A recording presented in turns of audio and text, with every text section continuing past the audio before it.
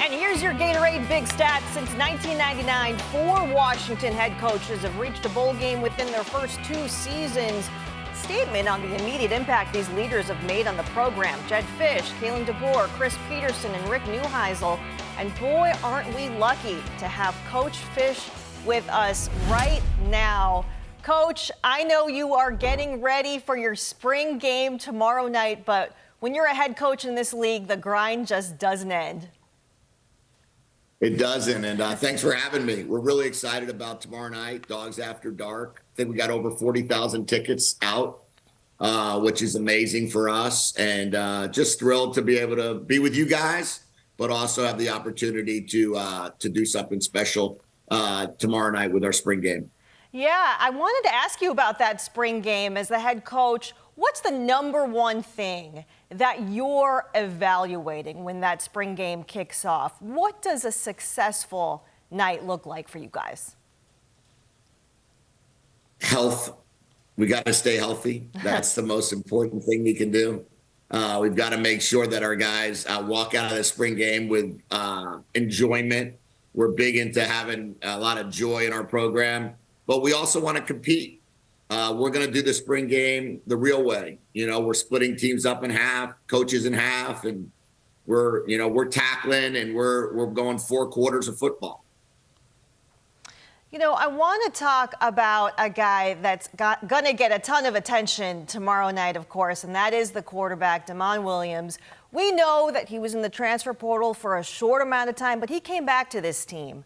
You have a close relationship with him. You've known him for years. I want to ask you, what is his relationship with the team right now, and how has it evolved since he came back?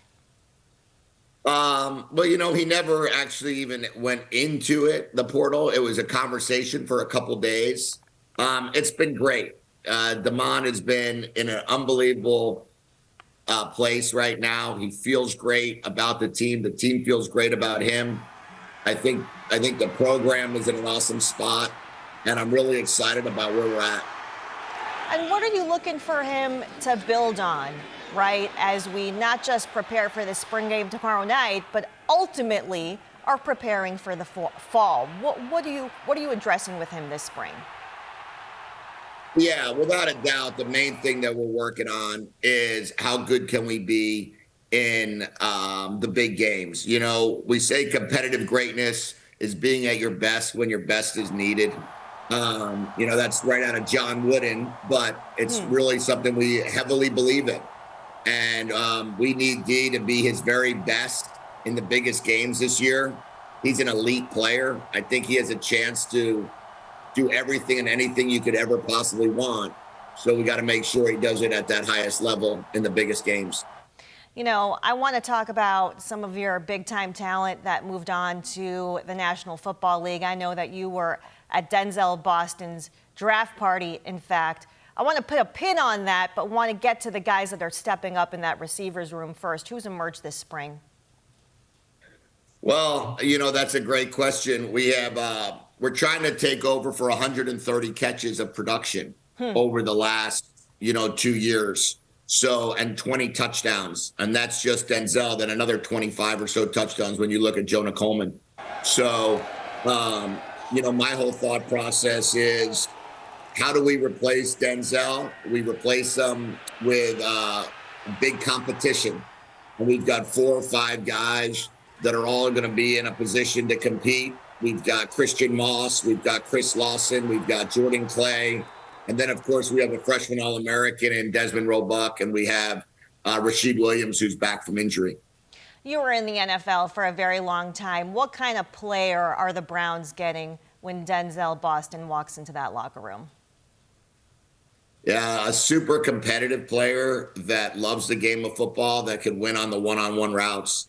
When I talked to Coach Monk in the morning of the draft and he asked me the same question, I think the answer was, in my mind, pretty simple. It was, you're going to get a guy that absolutely loves the game of football, loves to compete, loves to practice, and in turn, you'll be able to do whatever you want with him in terms of schematics and in terms of day-to-day operation. You know, you mentioned Jonah Coleman as well, 25 touchdowns over 2 seasons in Seattle. Is replacing his production going to be more about finding one guy, or is this going to be more of a committee approach, do you think, in the backfield? We're gonna always be a committee approach football team. When you look at the way we've done it, Jonah, he had about 150 carries. Adam Muhammad had about 120. Neither one of them are with us. So we've got to find 270 carries.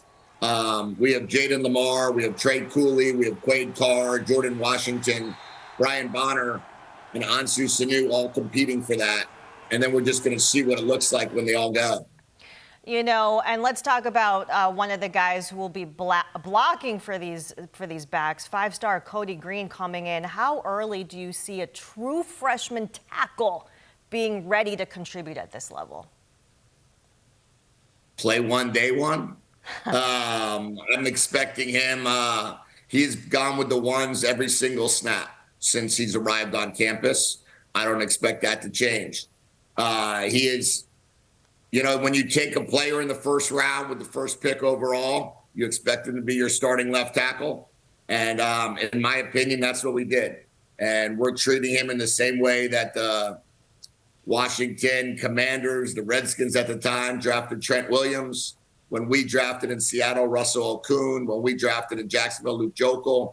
When you take an offensive lineman in the first 10 picks, then you're going to play him right away. And in my mind, what we've done is we made Cody Green a first-round pick for us, and we're going to play him right away. Let's take a look at the other side of the ball with the defense. You're losing your two starting corners as well. Where is this defense at right now, and what have you seen from the spring, at least in the secondary?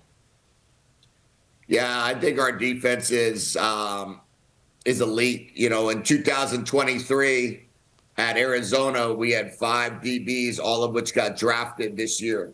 And I think we have that same type of group in this year's secondary. I think that Dylan Robinson is going to be an extremely high drafted player in the next 2 years. He's only a true sophomore. I think Manny Carnley, who transferred in, who was at Arizona with us, who transferred in here this year, will have a great year. I think Jaron Jones is an elite talent.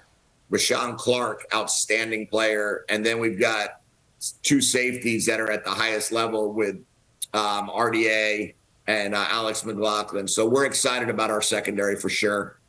You've talked, Coach, before about just the strength of this conference. You're entering year 3 in a conference that's produced the last 3 national champions. What is the standard that you are holding this Husky team to in 2026? Yeah, it's a great one because this is the hardest conference to play in. We're not a regional conference. We play national games. We're the last 2 years, you're looking at the fact that they went, 3 years, national champion, national champion, national champion. We've got to be able to compete at the highest level every week. And we understand that takes everything. That takes unbelievable coaches, which I think we have. That takes a team that's fired up to play every week. And then it also is going to take a major commitment financially. Some of these programs are way ahead of us in what they're paying their players. And we got to find a way to get there so we can compete at that level as well. All right, last one here, Coach. There is so much. I talked about the grind at the beginning of this segment. You've got recruiting, you've got the calendar, you've got NIL, you've got the portal. There's so much that you're managing behind the scenes. Take us a little bit behind the scenes for fans that don't see it. What would they be surprised that you do behind the scenes that you spend a lot of your time doing that maybe they don't know about? I think that's a great question. We kind of do everything to run what ends up being about $100 million organization. When you look at every aspect of what a football program does, brings in, spends, budgets, staffing, and then what the revenue is for all the other sports. So to do that, you've got to be involved in every aspect, from marketing to fundraising to recruiting to X's and O's, culture building. And, there's just not much time in a day to have any downtime. So we got to figure out a way to just, kind of work on every pillar of the program and have great support staff to help. Well, it looks like perfect weather behind you right now, Coach. I hope you have a great night tomorrow night, and thank you so much for the time. Thank you. We hope to. Go Dogs. Oh, yeah. We'll see you at Husky Stadium in the fall. Friday, the Dogs hit the field under the lights in Seattle. Live coverage of Washington spring football kicks off at 9:30 Eastern, 6:30 Pacific on the Big Ten Network and the Fox Sports app.